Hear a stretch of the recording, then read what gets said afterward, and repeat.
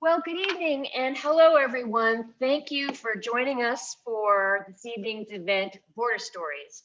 My name is Daphne Srinivasan, and I'd like to welcome you on behalf of Etherton Gallery. This is going to be a conversation about the border, and in particular, some of the issues raised by photographer Tom Kiefer's work, which are on display here at the gallery in our current exhibition, El Sueño. While working as a part-time janitor at a U.S. Customs and Border Patrol station, Kiefer began to retrieve the personal belongings of people who wished to cross the border and enter the United States. He took these items, wallets, cell phones, children's toys, to his studio and began photographing them.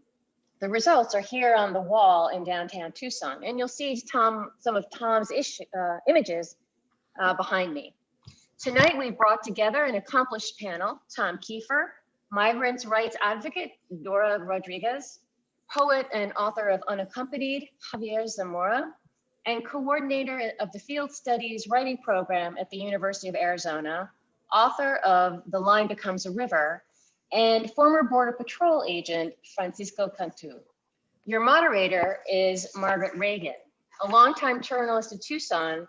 Margaret Regan regularly writes for the Tucson Weekly, where she's been a journalist and won many prizes for her reporting on the arts and immigration. She's written 2 books on immigration, both published by Beacon Press. Detained and Deported: Stories of Immigrant Families Under Fire looks at the fate of undocumented immigrants who are arrested long after they've established lives and families in the United States. The Death of Jocelyn: Immigration Stories from the Arizona Borderlands investigates the tragedy of migrant deaths in the desert. Her reporting for these books took her into the desert wilderness, traveling with activists and Border Patrol alike, and inside immigration detention centers in the US and migrant shelters in Mexico. Both books were named top picks in the Southwest Books of the Year competitions. They have been used in university classrooms around the country. Margaret Regan has also published work in the Boston Globe, The Guardian, Al Jazeera English, The Washington Post, and other news outlets. And she reports regularly on the arts for the Bill Buckmaster Show on KBOIA AM 1030. And recently she served as writer in residence in the Pima County Public Library System. Thank you this evening, Margaret. We appreciate you helping in, pitching in, and why don't you take it away? Okay, great. I'm so happy to be here, and thanks to you, especially Daphne, for getting this all put together. I know that's a lot of work, and thanks too to Mike back there, the invisible Mike, who's making Yes, Michael Cox is our hero. Yeah.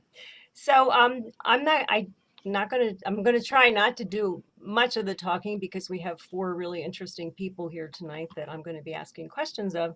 But I just thought I would begin the evening by just talking about a few of the things that are happening in the border right now, just to refresh our memories and maybe to tell some people who haven't heard all these things.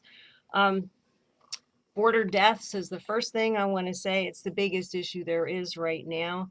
We have a record number of migrant deaths this year. The year that just ended, 2020. According to the medical examiner, 227 bodies were found in southern Arizona in those 12 months. That was the highest number that we've had dying in the desert since 2004. That's significant. Last year, so I said 227. Last year, it was 144. That's a huge jump up in the numbers of deaths. And, obviously, this extreme heat and drought played a part in this spike. But it also suggests that more and more desperate people are crossing the borders, especially at a time when they have no other options at the border as they once did, because our asylum protocols have just been practically eliminated, right? You can't get, so a lot of people are coming and being found dead in the desert. So then the next thing that brings me to is the catch and release. I don't know if anybody took the time to listen to the president in Texas the other day, and I didn't listen to it. I read about it afterwards by a newspaper in Texas that actually did a very good job on his talk. And he was going on and on about how he ended catch and release. Catch and release, of, for all of you people who know about the border for years on end, was when migrants were caught by the Border Patrol and then pretty quickly sent back to Mexico. That was catch and release. And then there was a whole effort over the years now to incarcerate people, to, you know, uh, make what they had done more of a crime. But so we didn't have as much of that in recent times. But with all the changes on the border happening recently, we started seeing again, and I'm sure Dora Rodriguez, one of our speakers tonight, is going to be able to tell you a lot more about this than I. But I spoke with another person who works with Dora. They've been finding people being dropped off in Sasabe, and it was up to about 700 people a week. The Border Patrol were arresting people in the middle of the desert and then dropping them off in Sasabe without any food. Sasabe, by the way, is on the Mexican side of the border. So it's alive and well. I guess that's not a really good way to say it, but catch and release is still with us. So it's just one of those things that is actually true that the president said was not true. The other thing going on are the people trapped in Mexico, again, because of many of the laws that have been changed. A couple of years ago, large numbers of people with seeking asylum were on the border and coming to the border and waiting for their turn to have a time with a judge and to create their case. That has just about entirely vanished in the last year. And combined with the law of the remains in Mexico, the idea was that you stayed in Mexico while you were waiting for your asylum talk. Well, now you're not even getting your asylum talk and you're trapped in Mexico. And New York Times the other day reported there are several thousand people along the border right now who are trapped and in squalid conditions and a really bad time because of the pandemic in any case. The border wall is one of the other big things that's gotten a lot of attention. And for all of us Arizonans, it's heartbreaking to see what is happening with the border wall. There's been a mad rush to destroy treasured Arizona places in the last 5 days. They're working night and day. Working out in Arizona, they're working out in the Guadalupe Mountains, dynamiting mountains that can never be repaired. And we also have things that maybe one day could be repaired, maybe not. Quito Baquito Spring near Oregon Pipe Cast National Monument is this amazing thing in the desert, and they have been using water from that whole water system to make concrete for border walls. So that's been endangered. The Tohono O'odham burial grounds have been dynamited. Saguaros have been killed, which is a crime in Arizona to destroy a saguaro. We have damming in the San Pedro River, the San Bernardino Wildlife Refuge. The wall there cuts off the jaguar migration corridor, which we've been working on for years. And they're using massive amounts of water again. That's likely, some scientists say it will be a make permanent damage on the natural water flow. And then the Guadalupe Mountains at the far end. So there were 650 miles of border wall all along the desert when Trump began. Initially, he said he was going to make build 1,000 miles, and then it kept shrinking and shrinking. So now they brought it down to that they made 450 new walls. But it turns out that a lot of those were just walls that were already there, and they're just making them taller and different. So some people say he really only built 80 new walls, but unfortunately for us in Arizona, some of them have really affected us and our beloved landscape permanently. So we'll see what happens. Trump's group said that not another foot of wall which would be as of this coming Wednesday, and we'll see what happens with that.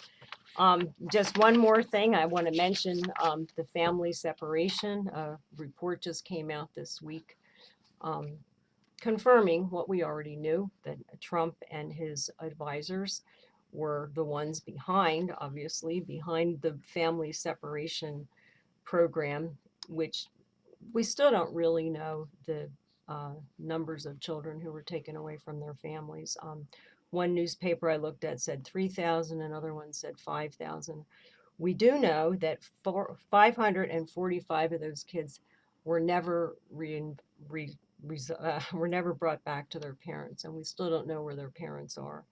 So this was a whole report by the government itself saying who was responsible, who did these things, and there's a wonderful quote from Jeff Sessions. He told the federal prosecutors who work along the border, "We need to take away children." So perhaps on the happy side, Democratic Senator Richard Durbin has already promised hearings as soon as he takes charge of the Judiciary Committee next week to look at who did this and whether any crimes were committed. So that's my little report on the border today. It's certainly very grim. Now we're going to move on to talking to our 4 different people here, our speakers, and we're going to start with Aho artist Tom Kiefer. Can you wave, Tom? Hello, Margaret.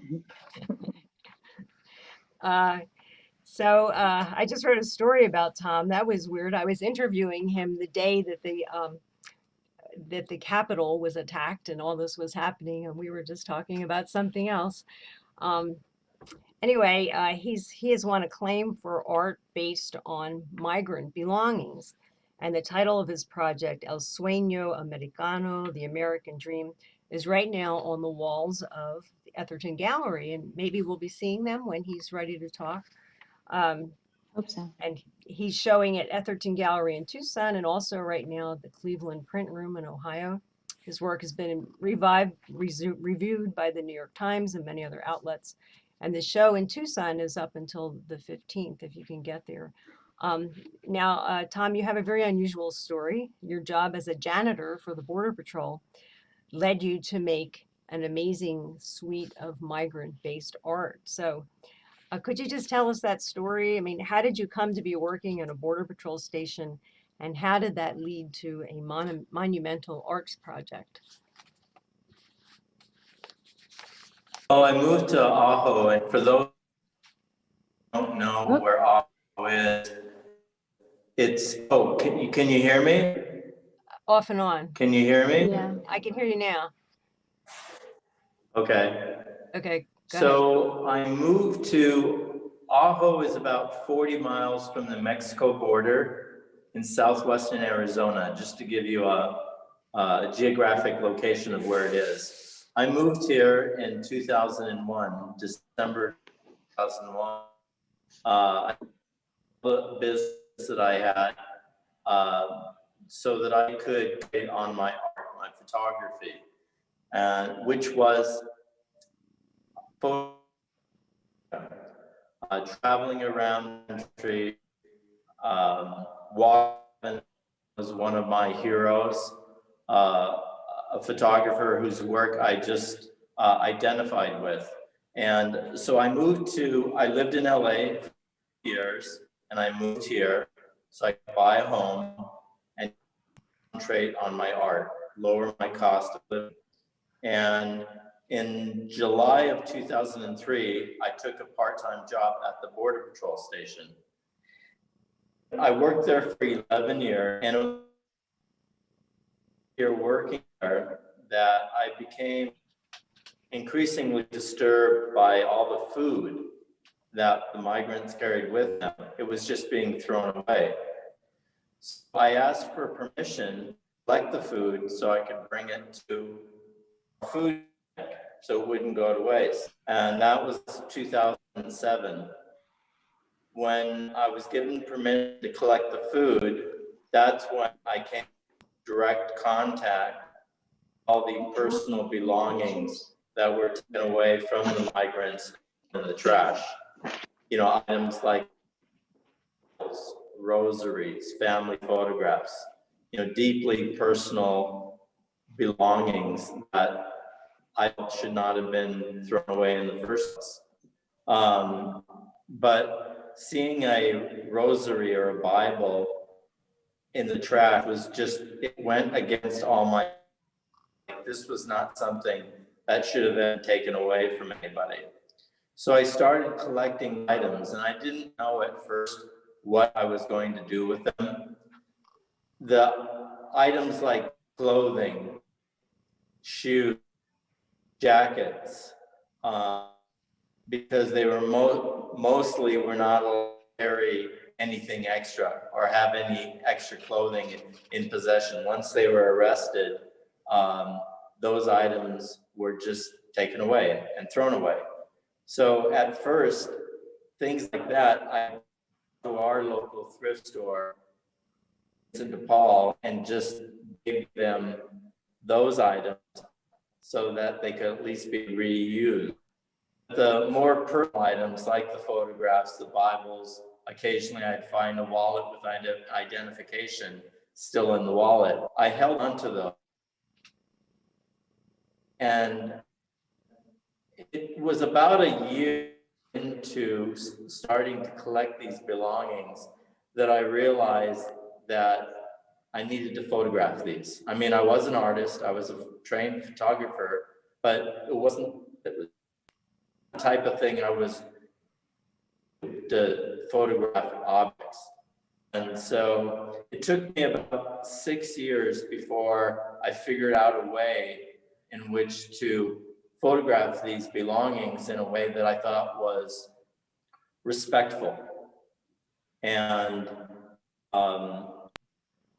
I resigned in 2014 so that I could work on this project full time, and that's what I continue to do.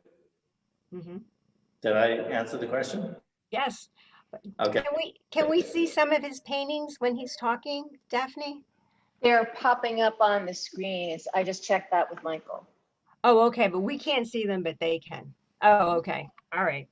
Well, good. Well, so is this a lifelong project for you, Tom? I mean, you told me that you have It's just so much stuff in there. It's like a museum. Are you going to keep working on this project, or is there an end to it? I think I'll be doing this for the rest of my life. It's this. I at this point imagine anything else. I mean, it's like I'm in my own world. Americano. I mean, the amount of objects that are in the archive, the collection is astounding. And I'll be doing this for a while, for sure. Yeah. Well, it's wonderful work. So thank you so much for doing it. I think it's important. Well, absolutely. I'm so glad that I made the decision to do this. I mean, I would have regretted not saving the items. I mean, that's just on one level. It just would have been morally corrupt just to leave these items in the trash. And Yeah. it just so happened to be that I was a photographer, I was a graphic designer, so things came together in a way that I didn't imagine or planned. Mm-hmm. Okay. It's an honor to be working, and the message of hope, of fortitude, that these people to undertake for a better life. You know, people that are just part of the fabric of our country, and that we should not be them in this way. So if I can do something, foster a constructive conversation about this, that's fantastic. Tom, I have a question for you. In listening to you talk about the work you're doing, you do not sound like the traditional fine art photographer, you know, that many times show at the gallery. And I would like to ask you, how much of this project for you is an artistic gesture versus a humanitarian gesture, or even kind of thinking like a social scientist or an anthropologist when you talk about these objects? I'm curious to know how you weigh these things out, how you see it. I would say equally a fine artist, but also social justice. I mean, it's, you can't separate the two. I mean, at the very beginning of the project, when I was sharing my work with my fellow artists, I was getting kind of blowback that the images were too stylized or too beautiful. It shouldn't look this way. It should be dirty. It should be grimy. It should elements of the desert in the object. And I thought that was an artificial style that just didn't ring true. I mean, when I said that my intention is to photograph each object with respect, you know, have it come to life. And if that means on a bright background, well, then it's going to go on a bright background, even though the underlying, the circumstances for which these items came to me are just so inhuman and sad. So, it's really to be first and foremost social justice and fine art. I mean, that's where I come from in doing this. Thanks, that's a good answer. I By want, the way, if you, oh, go ahead. Go ahead. I want to talk about that because as somebody who has Could you identify immigrated. yourself, Javier?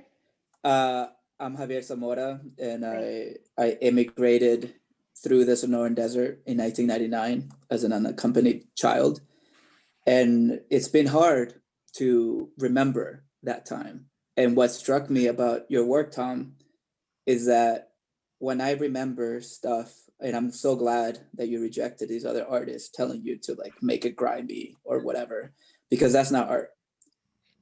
As somebody who's lived through it, when I see your work, it's how it was when it was happening. The state that you've kept things in, for me, felt it actually sparked, in a good way, a flashback of what I wanted to remember, because you kept it in that state instead of like making it art or whatever. I don't know. I didn't get art, like all the layers, the process, the things that you could do in presenting these objects. Didn't feel that was right. It's like coming up with false narrative.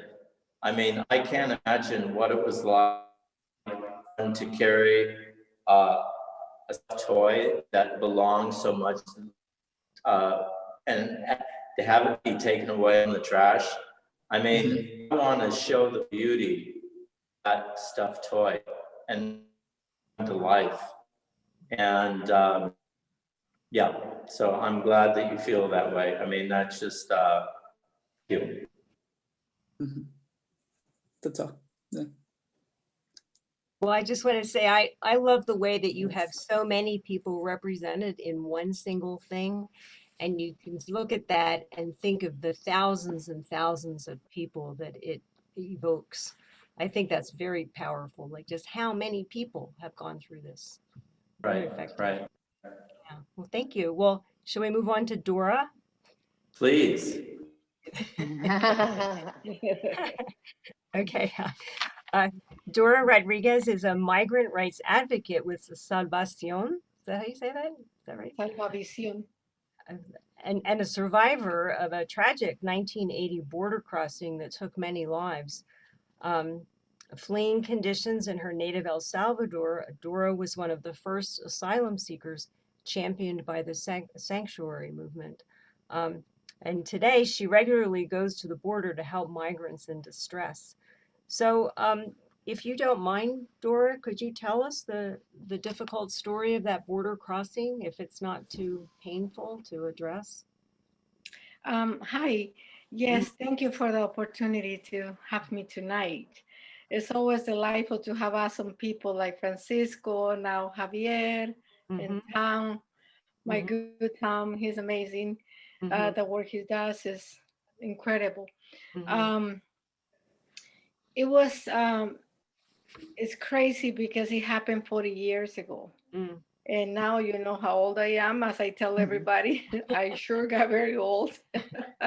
Time is, I mean, it's just show no mercy, but we take it with grace.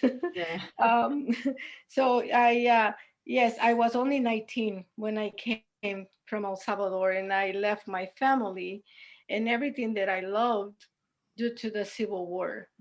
Because at that time I had just graduated from high school, and the war began, and it was very dangerous for people my age, and especially for people like me that have always been a voice for the voiceless.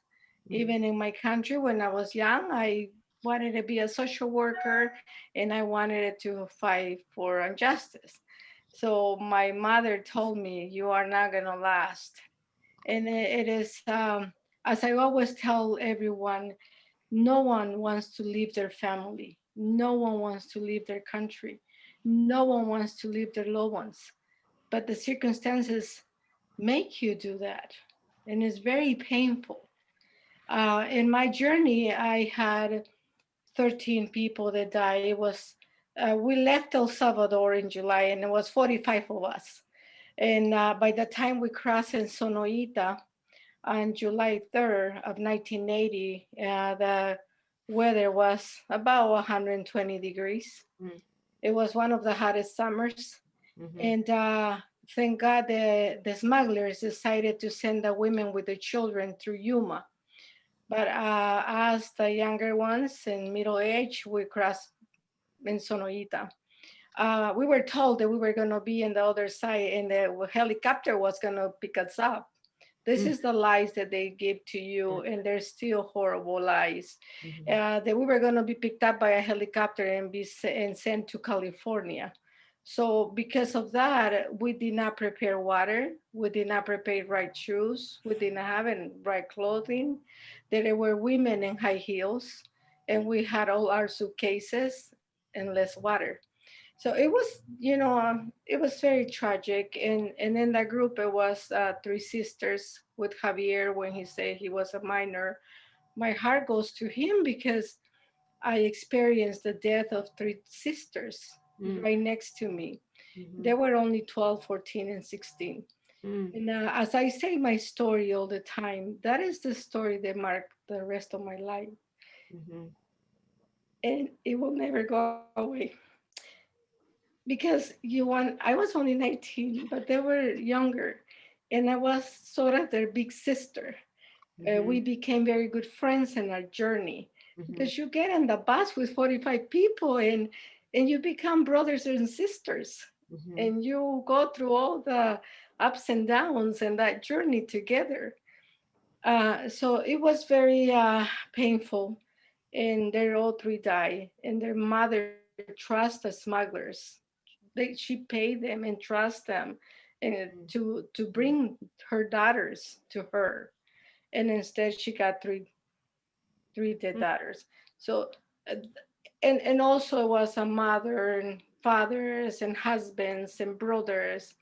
Um, so due to that tragedy, I decided to stay in Tucson because Tucson became my second home. Mhm. It is what grabbed me from Tucson was the humanity that exists in this town, Mhm. because he showed it to us right away. We did not have a home when we came. We were homeless. So we were in jail for a couple nights until they found home sponsors for us. And Mhm. that's how I met John Five. And he is dear to my heart and he will be forever because he was one of my first, yeah, my second father, I tell him, because the whole church and the whole community came together and they found the money to get us out because we had to pay the bond, $500 each, and so and they found us a family. So when we got out from Ajo, we were in Ajo for a week because we were so sick, and they told us an hour after, if they wouldn't pick us up or found us in 1 hour, we would have died. The hardest part of our tragedy was that we were a mile away from the highway. That Mm. is only a mile away. And 38 years later, I found the spot where we were Oh. found Oh. Mhm. in Alvaro and C. So if you know the beautiful work that Alvaro does, he goes and set the crosses in the desert. Mhm. Went with me 2 years ago for the first time. Oh I'm gosh. an honor to my brothers and sisters in that desert.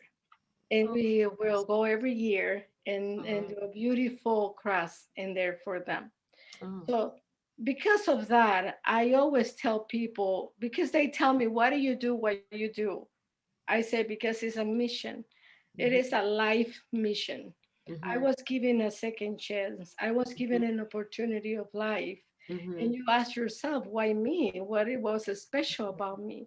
But Mhm. I know why, because I know I have to do it for my brothers and sisters that died in that Yeah. tragedy. Yeah. And when I see every time I go to the border towns and I give my brothers something hot to eat, warm clothes, a jacket, or a bottle of water, I think of them. And I think of all of us that have gone through this journey, either fleeing for violence, for war, for gains, for whatever reason. And I tell you, we do not flee our countries because we are poor. Because I grew up poor and I love my beans and my tortillas with my brothers and sister and my mother, and we were happy. But because of the civil war, I had to flee my country. So people has a reason why they leave. They Mhm. just don't leave because they want to be rich and be in America. They Mhm. have a reason. It's a life saving. So nowadays, I am very involved. I am a director of an organization. It's called Salva Visión, and I encourage everybody to go and check our website. And I love what I do. I pretty much like Tom. I want to retire now and do it full time, and nobody stop me because I want to be in the border as much as I can. Mhm. We were able to drop the numbers in Sassave. Mhm. There were 700 migrants deported, Mhm. and the last president that we had lied and lied and lied, because right now they are doing a catch and release. And Yeah. it's been to the Title 42 since the pandemic. That Mhm. started since March. And they have catch and deport thousands and thousands of our migrants Yeah. to the most remote areas where there's nothing for them. Mhm. In Mhm. Sasabe, Sonora, there is no shelter, there is no help. There's nothing but a wash where they wait for their turn to cross. Mhm. And so now, with all the advocacy we did with the newspapers, with NPR, with everything, I believe we were able to stop those numbers to Sasabe deportation, and Mhm. now they're taking them to Agua Prieta, Mhm. which is a heartbreaking, but it makes me feel happy to see that at least they have Sister Judy there. They have Yeah. they have all Yeah. this. wonderful people waiting for them with help. Yeah. So they're not alone. Yeah. And we are also paying people, like this morning, I went to Agua Prieta at 4:30 in the morning, I was telling them. And I got there at 6:30 and we start working. We start just getting busy. And we had uh, two Guatemalan young men, and they're beautiful people. They're native people. They hardly speak their language, even Spanish. Mm-hmm. And they told us that they were done and they want to go back to their country. Mm-hmm. So we are able to pay for the bus ticket and send them all the way to Guatemala. Mm-hmm. So we're doing great. And with my organization, we do a lot of that. We do a lot of awareness. I also have programs in El Salvador and a prevention program. I want to catch the young kids to tell them the atrocities of this journey and to talk to them about the dangers of the smugglers. And if I can do that and I save one life with that, it's a best day for me. Yeah. Well, I'm sure you've saved many lives already. God, well, God is good. I do this together with lots and lots of people. My Yeah. sweet friend Gail, Yeah. as you know, she is a warrior, and we work together. The Samaritans, No More Death, Ajo Samaritans, Houston Samaritans, Green Valley Samaritans. So I don't do this alone. We do this with a sea of humanity in this area. Yeah. And Well, it's a good. blessing to have them. Yeah. What do you think the Border Patrol will stop bringing people to Sasa Bay now and they'll just bring them to Agua Prieta? Yeah, they had. They stopped because we had an article in the New York Times. Yeah. And it Front was page, right? Yeah. So after that, a week later, the numbers start decreasing. Yeah. But we think it played part of it. Yeah. So we hope. But like we said, it's a bittersweet because now they are far away from their smuggler that they already paid thousands of dollars. Oh, really? Huh. Right. But at least they can get some help. Yeah. Yeah. They have a pretty good shelter in Agua Prieta, right? Yes. And it was closed, but now due to the emergency, it's open now. Yeah, So I went down there with Sister Judy a couple of years ago. Nobody was there.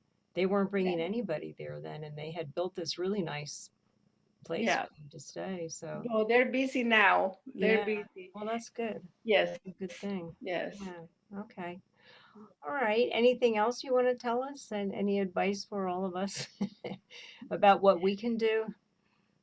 I should say that this is great. This is a greater platform. This is a great opportunity for us to tell the stories of our brothers and sisters that are daily and every day fleeing their countries. It doesn't matter, how the new presidents in those countries tell them that they're going to get better because they know they won't. It's a corrupted governments in our countries. So for that, people is forced to leave because they don't feel protection. They don't feel that they can do better life for their children. So I say to everyone, please get involved. This is great. Write to your senators, write to your Congress people, send letters and let's participate. Let's be their voice. We must be their voices because I work a lot every day with detention centers, and it's very painful to hear these people. They have been there for 2 years with no crime. Right. No crime. They gone to the border, done the right thing, asked for asylum, and then they put in detention. And in order for them to get out, they have to pay bonds up to $50,000. Yeah, it's crazy. It keeps on going up. It's such a punishment, and that must stop. And I think we can make it happen. But we have to unite, and we have to be their voice. Just one question about the detention centers. What is the pandemic situation like say in Eloy? Are there a lot of, it's not bad? As inhumane? No, I mean, have people gotten sick from the Yes. virus? Yeah. Yes, and I think Francisco's going to help me with this one because he's also very involved. But yeah, you it go was up very there too, right, painful. Francisco? Yeah. Yeah. I have young kids that I have been supporting for more than a year. A young man from Guatemala, from Honduras, Mhm. he's still there, and he got the virus twice. Ah, Oh, gosh. He called me in the moment, and he was having his chills and temperature, and uh-huh. he said, "I think I'm positive." And sure enough, he was. He's still there fighting for Mm. his life, Mhm. and even with that, they don't let them out. They, Mhm. it is inhumane. Mm. Yeah. Did they ever take them to the hospital? No, unless they're in the What? deathbed already. Mhm. Yeah, but all they tell them is drink some water. There's nothing you can do for this virus. It's just the water. Yeah. And it's yes, it has been horrible. And then every time, I just experienced the virus, and I felt spoiled being at my house and having a nice hot soup, even though I was sick. But Mm. have that. I could have a Tylenol. And I keep thinking of my brothers and sisters with this horrible virus with nothing. Yeah. And the food is horrible. They were eating cold, rotten sandwiches for more than 3 months Yeah. because the people in the kitchen got sick. Right. They had So no cooks for a while. Yeah. yeah, so we gotta turn that around. And when you ask me what can we do, let's be their voice in Yeah. any way we can. Yeah. Yes. Great. Thank you. Well, thank you, Dora. Thank you. Okay. Well, I guess we'll move on to Javier, our poet, today's poet. Let's see. Hang on. So Javier Zamora is a poet and author, and Unaccompanied is your first book. Mhm. Yeah, yeah. And as he was just telling us, he was born in El Salvador, came to the U.S. at age 9, and those experiences color your writing. He's had a lot of fellowships. My goodness, Harvard, Stanford, National Endowment for the Humanities grant. Good for you. Mhm. Mhm. And lives in Tucson, and you're writing a memoir that's going to be telling us more about your time crossing the desert, or why don't you tell us a little bit about that? Um, I just want to say that Dora is such an inspiration, Mm-hmm. and that whoever I meet, I tell them about your work, Dora, because um, as somebody who's also crossed the desert, I think the conversation that we need to have as well is our healing journeys. It is very hard for people who have experienced this sort of trauma to one, talk about it. Mm-hmm. And even when we talk about it, like Mhm. that's what I do. But it's still very hard for Mm-hmm. me Mm-hmm. to act or to even face it, to even come to this landscape that has brought us so much trauma. Mm-hmm. And somehow, miraculously, Dora, from the very moment that she crossed, she stayed in Tucson, Mm-hmm. and she has dedicated her life to face the thing that brought her so close to death. Mm-hmm. And so that I always think about you, Dora, every day. And I want to be like you. I hope to be there. And this writing this memoir, and it's certainly helping me. Living here in Tucson, certainly helping me get to that place. And so for me, I like a lot of immigrants across the border, I was undocumented for a long part of that. And it wasn't until 2018 that I finally got my green card. Mm-hmm. And so, which is a reason why I can be here.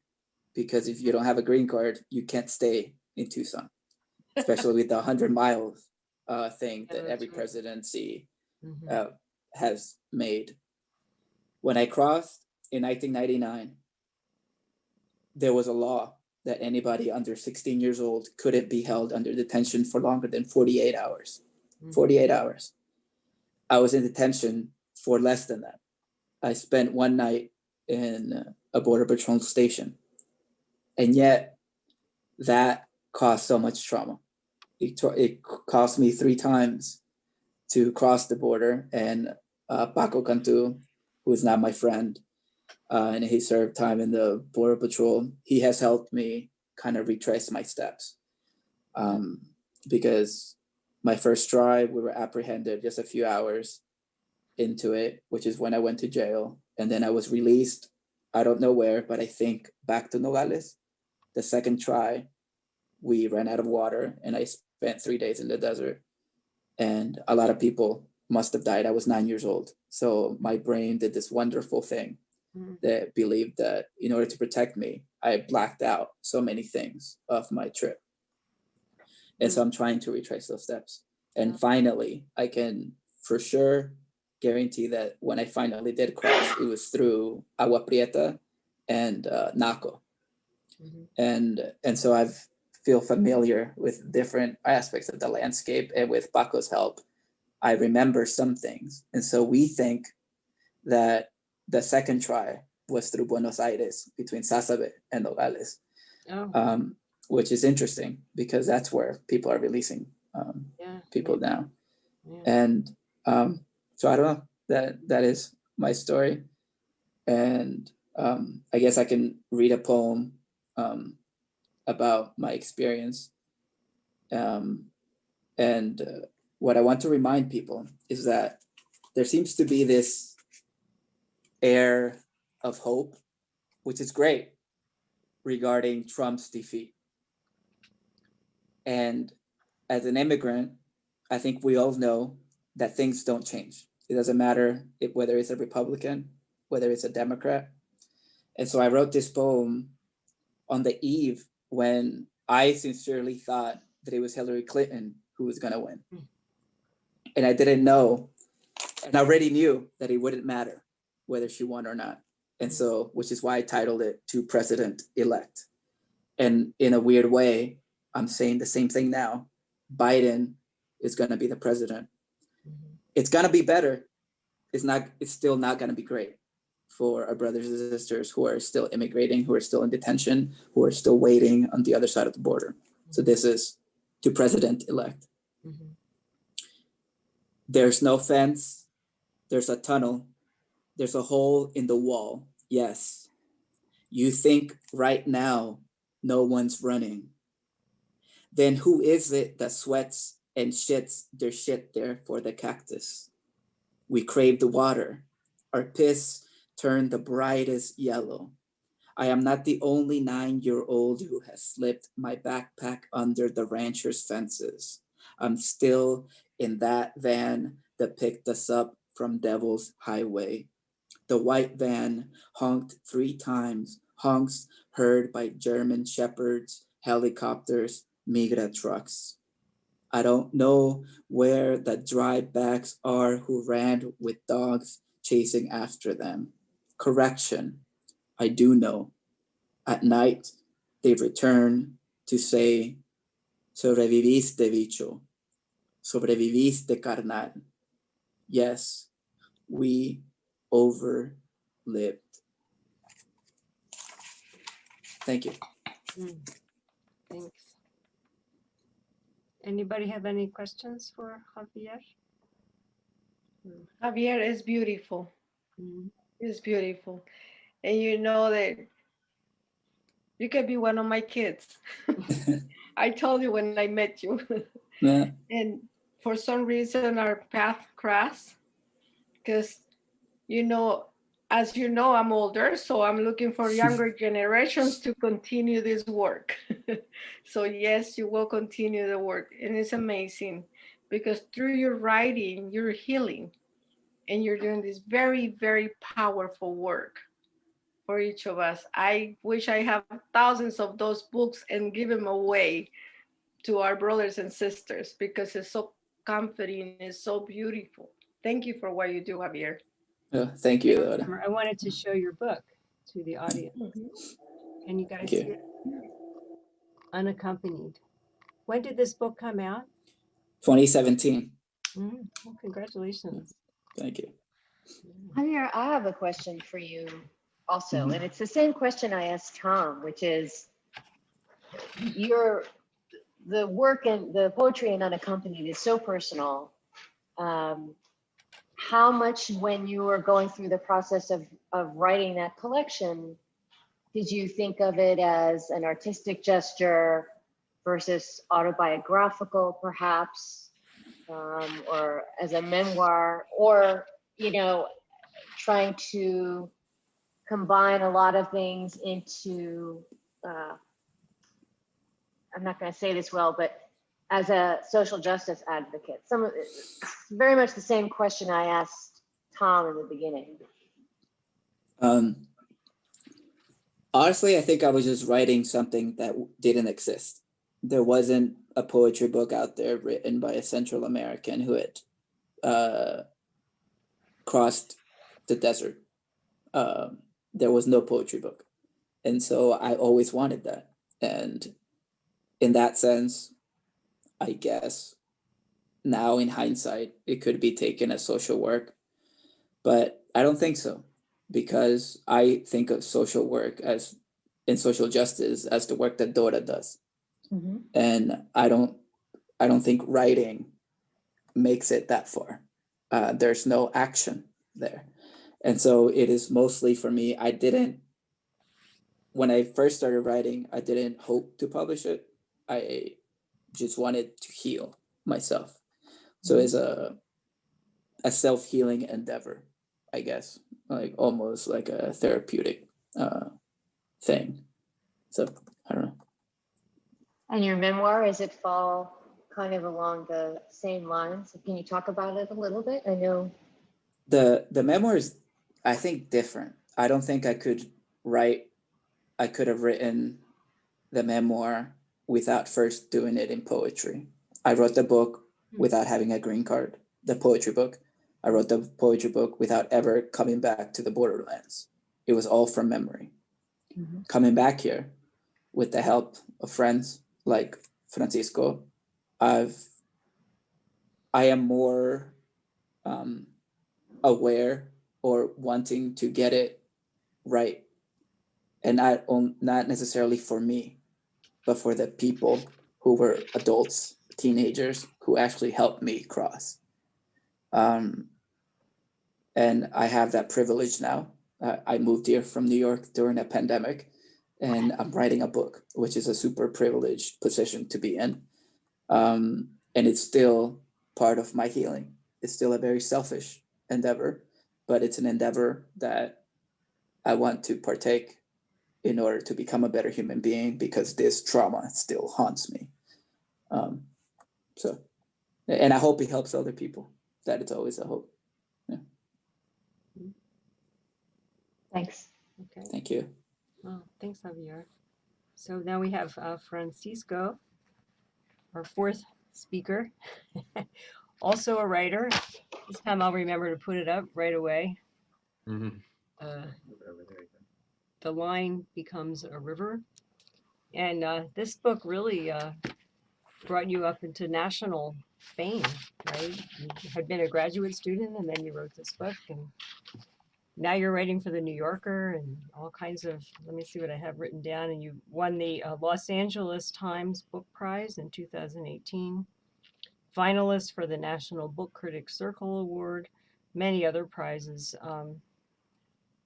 It's an interesting book because, as you know, you and I have discussed this before when the book came out, and a lot of people have talked to you about it. The fact that, you know, you had been a Border Patrol agent, and then you're now a person who works very hard for the migrants. And so that's a really unusual grouping. So could you talk to us about that a little bit, like how it was that you were in the Border Patrol and what made you leave? Sure. Well, first I want to just say that this is such a really wonderful group to be part of, and it's an honor to be in conversation with all of you. Admire everybody's work on this panel. Margaret, your books and your journalism. Dora can't be praised enough.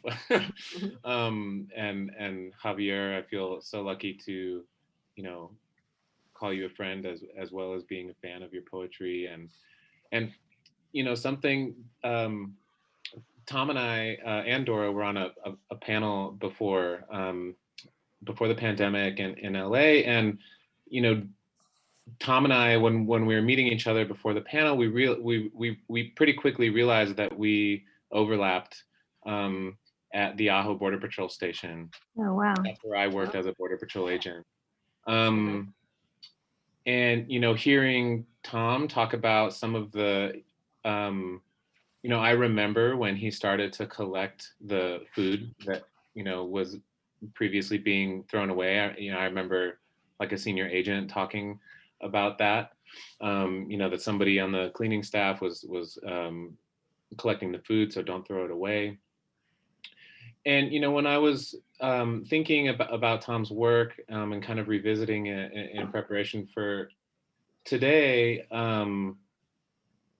yeah, I kind of want to reiterate this interesting transition point that we're in, that Javier mentioned, you know, a new president being inaugurated and a lot of people feeling quite hopeful about that. And, you know, I would add that Tom's work, you know, it grows out of like what the primarily the Obama years. And, you know, the book that I wrote, the entirety of my experience in the Border Patrol was under the Obama years. And I think what a lot of Tom's work reminds us of is these, I feel like this is an imperfect term, but maybe, you know, there are small violences and there are big violences.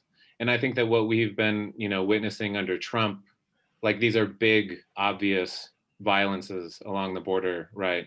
Child separation, so easy to just, you know, universally deplore that practice. And, you know, a lot of these other practices of, you know, just detaining people for longer and longer periods of time, detaining asylum seekers who are following asylum law to the letter, you know, just like the kind of blatant cruelty of you know, erecting this border wall, the cruelty of the rhetoric, like it's all very naked, right? It's been very, very obvious and naked during the last 4 years. But I think it's important to remember that, you know, like none of this could exist without all of the building blocks that were laid under previous administrations, you know, of both parties, right? Mm-hmm. Going back to, you know, Clinton, Bush, Obama, and, you know, like a lot of those violences were less visible to people who maybe weren't already living in the borderlands or paying attention to what happens here.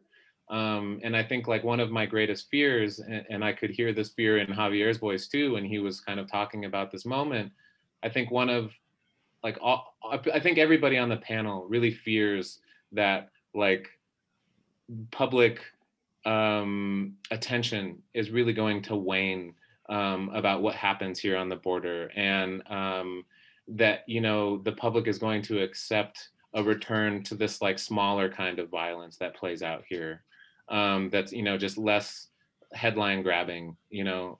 And I think that's one of the beautiful things about Tom's work, is that it forces us to look at, you know, what is comparatively a small manifestation of inhumanity and cruelty, right? The sort of all of these personal items being discarded without care. And you know, Tom said that he felt it would be morally corrupt not to, you know, to let these items sit in the trash. And I think he's absolutely right. Like this was something I was very preoccupied in when writing my book.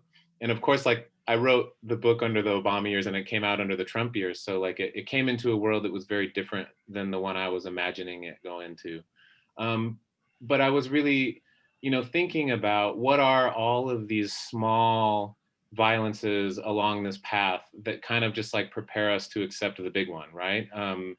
And I think like that's what we've sort of lived through, right? The last 4 years, I think we've seen, you know, we've seen all these things that, you know, a lot of people routinely reject. I mean, like it's kind of incomprehensible to think about the summer when child separation was happening as somebody who, you know, spent most of my adult life living on the border, thinking about the border, to see what happens on the border in the national headlines every day for like a month. Like every single day there was a new headline, a new interview, new audio, new evidence coming out about the border.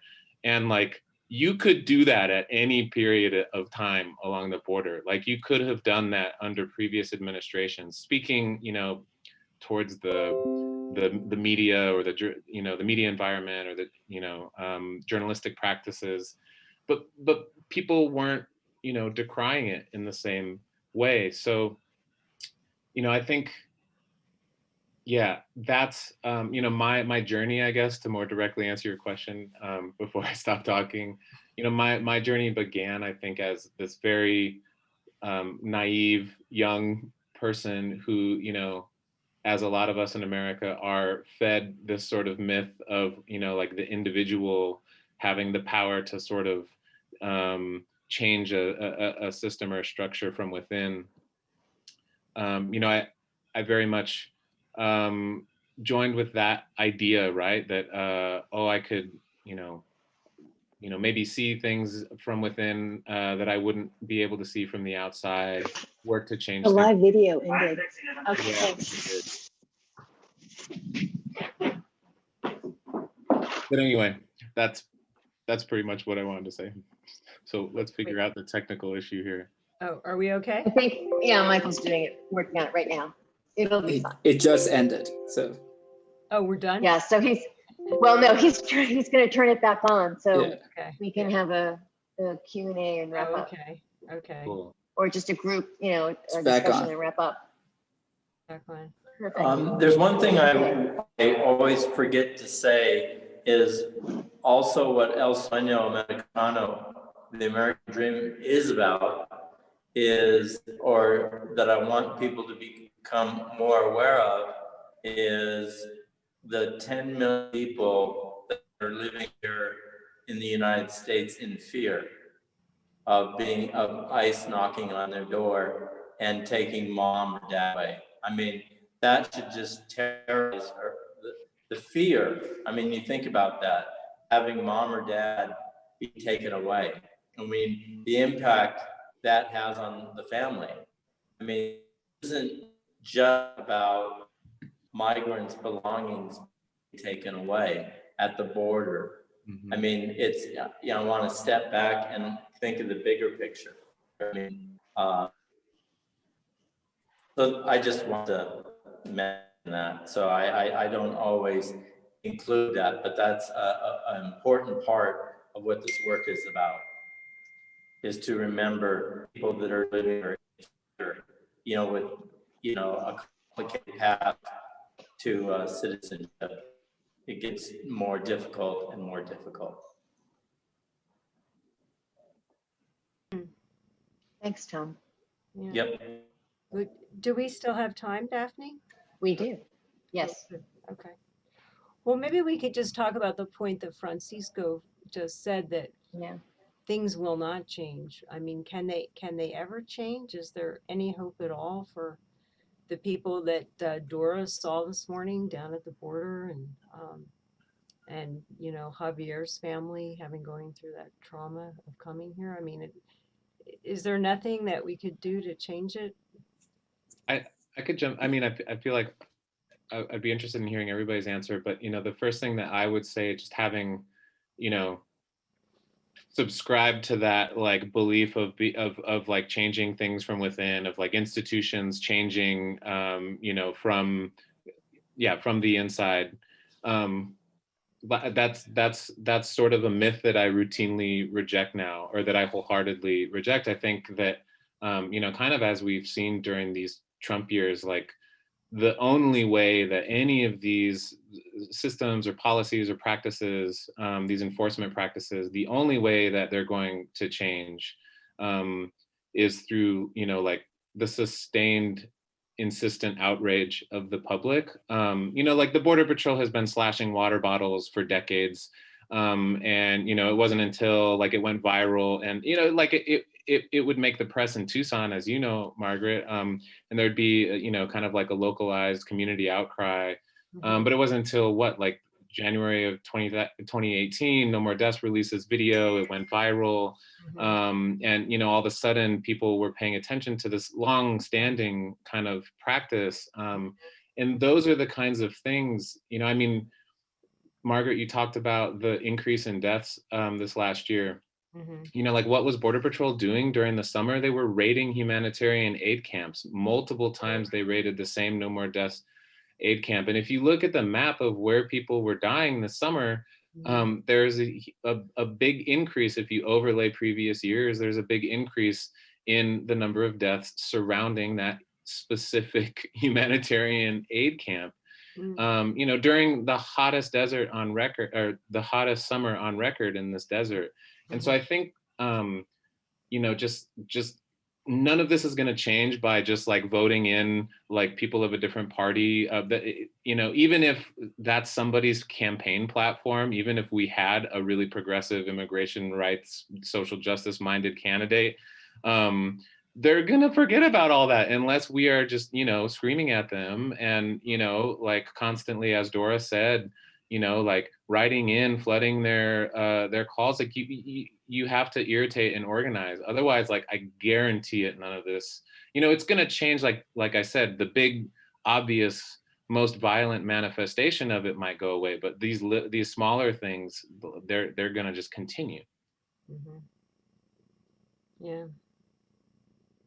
Yeah, when I look back on the books that I wrote, I think they were just about all in the Obama years, you know, and I wrote that whole thing about the detention centers and how horrible that was, and how, in fact, they created child separation all the time. You know, I wrote about women in the prison who, the one woman that I wrote about was there for 2 years, you know, for a stupid reason. And she had 3 or 4 children at home, you know, hardly ever saw them. I mean, so that was happening, and it was Obama who created the family detention centers in Texas, you know, responding to the outrage over all those kids coming up in 2014. So yeah, we kind of forget sometimes that all that, like you said, the building blocks have been in place for a very long time, the early 90s. So that's where, you know, I fear that we're not going to change that ship around, you know, that it's just going to keep on. I don't know. How about you, Dora? You seem like sort of an optimistic person because you do We such good must. things. We have to have a little bit of glimpse of hope and optimism because we must.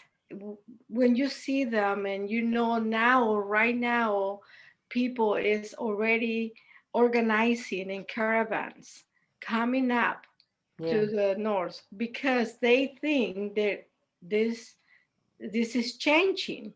So in their mind, things are going to be better.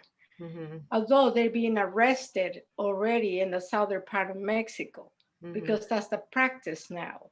Yeah. They can't even leave their own country because they arrest them. But I just think that we won't be able to change, like you say, the whole chip. We might won't be able to turn the whole thing, but whatever it takes, even if they bring those thousands of people at the borders there since July 16 of 2019, they're being in those border towns with their children.